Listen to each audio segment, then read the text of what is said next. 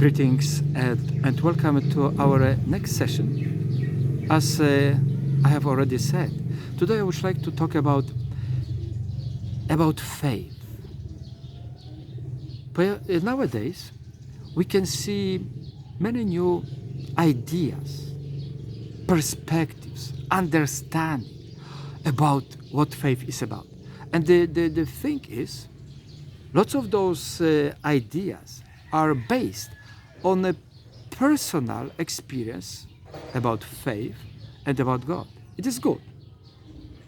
But in many cases, the knowing of God, they do not know the real picture of God, who God really is.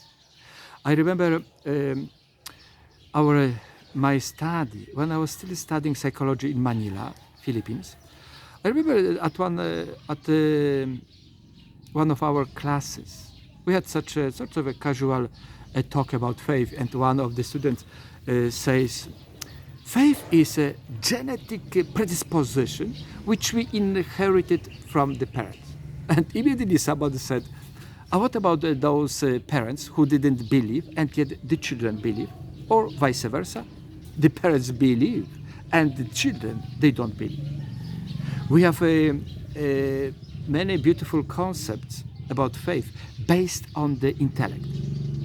How it goes. People, they first and foremost, they want to know God in such a way that to touch Him, to experience Him, and then to say, I believe in God. That's not faith. That's knowledge. That's simply knowledge. It has nothing to do with faith. So we just remain and we stay with our concept of faith. Faith is the intimacy, your intimacy with God and God's intimacy with you. You remember the passage about the mustard seed? God says, Jesus says, faith is like mustard seed. The power of faith is like mustard seed. At the very beginning, that seed is the smallest of all the trees around. But once the seed is planted into the ground, it grows and becomes the biggest, the beautiful, the most beautiful tree. And that is precisely with our intimacy. At the beginning, our intimacy with God is small. We don't see it. We cannot touch it. We don't understand it. But once we commit ourselves personally, we encounter Him personally and listen to Him personally, we can really experience the growth of the intimacy and see the power of the intimacy. St. Paul, in his letter to Romans, chapter 10 and verse 17, it says, faith begins with listening to the words of Jesus Christ. With listening to the words of Jesus Christ. Not with listening to the words of other people, what they say about faith. They can inspire us. But faith begins with listening to the words of Jesus Christ. And that is the beauty. What is the progress of faith in a child?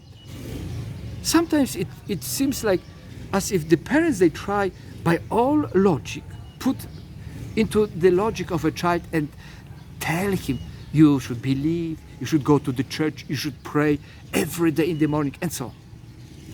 But we know that the brain of a child is not yet developed. It's just the beginning. It's the beginning of the stage of development. And there is no inspiration about seeking God.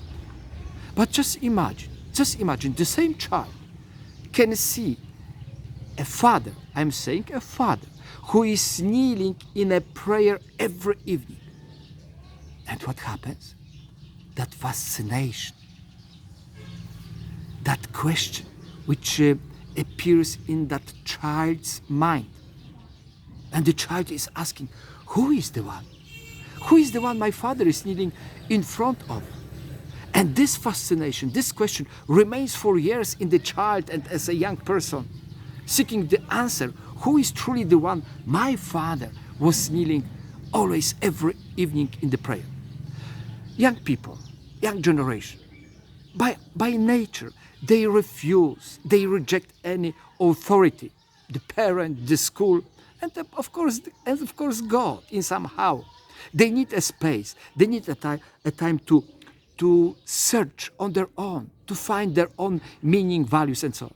So we don't be so worried about if they at certain point they say, I don't believe in God. Don't worry. Just we need to be with them, walk with them, accompany them, to create a positive atmosphere for them to make a good way of exploration and learning.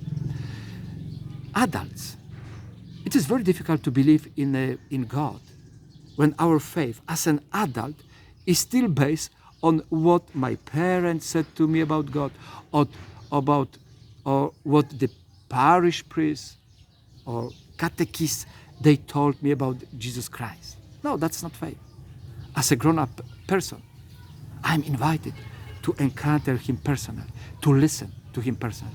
You remember that a passage from the Gospel of John, chapter 4, verse 42. The people from the Samaritans, they say to the woman. In fact, the woman, through her saying and witnessing of Jesus, she inspired them. She truly inspired them to leave their own town and to go and to encounter personal Jesus Christ. But once they listened to him personally, they met him personally, they come back to that woman and say to her, we do not believe anymore because what you said, we have heard him and we recognize that truly he is the Son and the Savior of the world. Look, the encounter, personal encounter. What happens? Faith and coming to know the true nature of God, who God is. And that is precisely the moment, the beginning of this intimacy. I'm inspired. I am fascinated by the true nature of God, the Savior of the world. And that is the beginning of my personal encounter, my personal listening to him and walking with him. I would like to invite you for our next session. Next session, I will share with you some one or two experiences of faith based on my mission life.